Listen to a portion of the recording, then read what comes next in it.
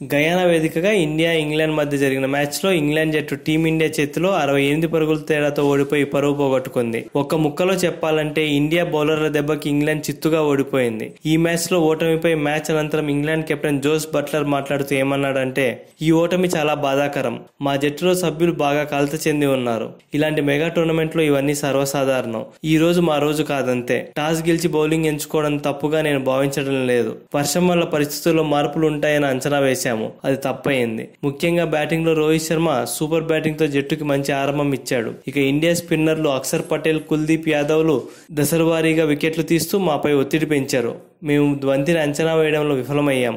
Slow పిచ్లపై మరింత జాగ్రత్తగా ఆడాలి. మేము ఆ విషయాన్ని సరిగ్గా గ్రహించలేకపోయాం. అదే మా ఓటమికి కారణమైంది. ఫైనల్లో ఆడబోయే టీమిండియా సౌత్ ఆఫ్రికా జట్టులో ఎవరు గెలుస్తారు అని ప్రశ్నించగా, నా వరకైతే టీమిండియానే హాట్ ఫేవరెట్. అయితే దక్షిణాఫ్రికాను తక్కువ అంచనా వేయలేము.